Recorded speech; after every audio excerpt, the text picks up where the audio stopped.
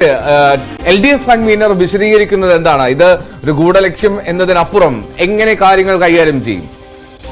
എന്തോ പാർട്ടി പൂർണ്ണമായും PV അൻവറിനെ തള്ളി പറഞ്ഞിരിക്കുന്നു എന്നത് തന്നെയാണ് അദ്ദേഹത്തിന്റെ വാക്കുകളിൽ നിന്ന് നമുക്ക് വ്യക്തമാവുന്നത്. മറ്റാരുടെയോ പോരാളിക്കയായി PV അൻവർ മാറിയിരിക്കുന്നു. ഒരു ആലോചന അദ്ദേഹത്തിന്റെ ഇത്തരം വാക്കുകൾക്ക് പിന്നിൽ ഉണ്ട് എന്ന് തന്നെയാണ് TP രാമകൃഷ്ണൻ പറയുന്നത്.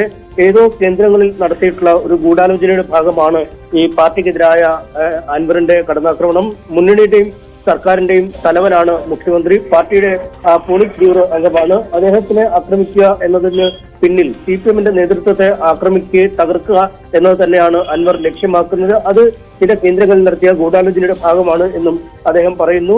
പിണറായി വിജയനെ നേരത്തെയും ഒറ്റതിരിഞ്ഞ് ആക്രമിക്കാനുള്ള ശ്രമം നടന്നിട്ടുണ്ട്. ലാവ്ലിൻ ഇടപാടുമായി ബന്ധപ്പെട്ട ആരോപണങ്ങൾ മുതൽ സ്വർണ്ണക്കടത്തുമായി ബന്ധപ്പെട്ട ആരോപണങ്ങൾ വരെ പിണറായിക്കെതിരെ രാഷ്ട്രീയ ശത്രുക്കളും മാധ്യമങ്ങളും ഉന്നയിച്ചിരുന്നു. എന്നാൽ അതെല്ലാം പിന്നീട് വസ്തുതകളില്ലാത്തതായി എന്ന് തെളിയിക്കപ്പെട്ട ഒരു സാഹചര്യമുണ്ട്. അതുകൊണ്ട് ആ പാർട്ടിക്കായി ഉള്ള അഭിപ്രായം എന്ന രീതിയിൽ, അല്ലെങ്കിൽ പാർട്ടി സഖാക്കളുടെ അഭിപ്രായം എന്ന രീതിയിൽ അഭിപ്രായം പറയാൻ അൻവറിന് എന്താണ് യോഗ്യത, അല്ലെങ്കിൽ അത്തരമൊരു അവകാശം PV അൻവറിനില്ല എന്നും പറയുന്നു. പാർലമെന്ററി പാർട്ടിയിൽ നിന്നും അൻവറിനെ നീക്കം ചെയ്യുന്ന അടക്കമുള്ള കാര്യങ്ങളെ കുറിച്ച് പാർട്ടി ആലോചിക്കുന്നുണ്ട് എന്ന് അദ്ദേഹം വ്യക്തമാക്കുന്നു. എന്നാൽ നിലവിൽ തന്നെ അദ്ദേഹം പാർലമെന്ററി പാർട്ടി യോഗത്തിൽ പങ്കെടുക്കുന്നില്ല എന്ന് ഇങ്ങോട്ട് തന്നെ പറഞ്ഞിരിക്കുന്ന ഒരു സാഹചര്യമുണ്ട്. അതുകൊണ്ട് വളരെ ഗൗരവമുള്ള ആലോചനകൾ ഈ അൻവറുമായി ബന്ധപ്പെട്ട വിഷയങ്ങളിൽ ഉണ്ടാവും എന്ന് അദ്ദേഹം പറയുന്നു. നിലവിൽ അൻവർ പുറത്തുവിട്ടിരിക്കുന്ന കാര്യങ്ങളെല്ലാം ഗൂഢാലോചനയുടെ ഭാഗമാണെന്ന് ജനങ്ങൾക്ക് വ്യക്തമാകുന്നു.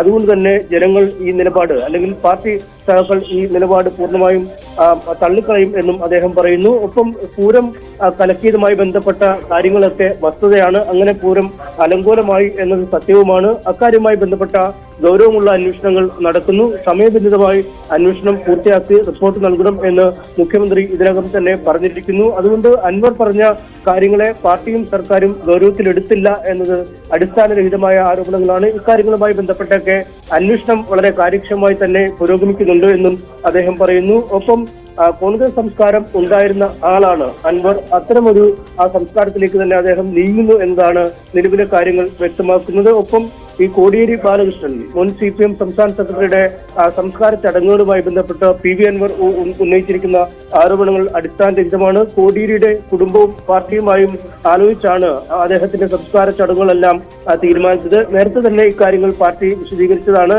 പാർട്ടി അണികളിൽ ഒരു ആശയക്കുഴപ്പമുണ്ടാക്കുക എന്നത് മാത്രമാണ് ഇക്കാര്യങ്ങളിൽ അൻവറിന്റെ നിലപാടെന്നും പറയുന്നു. ഒപ്പം ഈ പോരാളി ഷാജി പോലുള്ള പേജുകൾ സൈബർ ഇടങ്ങളിൽ വലിയ കാര്യങ്ങൾ പുറത്തു വരുന്നു പാർട്ടിക്കെതിരെ. അക്കാര്യങ്ങളിൽ പാർട്ടിയുടേതായ ഒരു ആധികാരികതയും ഈ പോരാളി ഷാജിക്കില്ല. ഇത്തരം പല സൈബർ ഇടങ്ങളിലും CPM-ന് വേണ്ടി പറയുന്ന കാര്യങ്ങൾ CPM അല്ല പിന്നിൽ, അല്ലെങ്കിൽ CPM-ന്റെ സൈബർ ഇടപെടലുകളല്ല ഇത് എന്നും അദ്ദേഹം വ്യക്തമാക്കുന്നു. എന്തായാലും ഈ സർക്കാരിനെതിരെയും പാർട്ടിക്കെതിരെയും ഉയർന്നിരിക്കുന്ന മിക്ക കാര്യങ്ങളിലും അക്കമിട്ട് നിരത്തി തന്നെ TP രാമകൃഷ്ണൻ മറുപടി നൽകുന്നുമുണ്ട്. എന്തോ റൈറ്റ്, MS അനീഷ് കുമാറാണ് വിവരങ്ങൾ നൽകിയത്. എന്തായാലും LDF കൺവീനറുടെ പ്രതികരണം അത് വളരെ വിശദമായിരുന്നു, സദുദ്ദേശത്തോടു കൂടിയല്ല എന്നുള്ളതാണ് പ്രധാനമായും അൻവറിനെതിരെ ഉന്നയിക്കുന്നത്.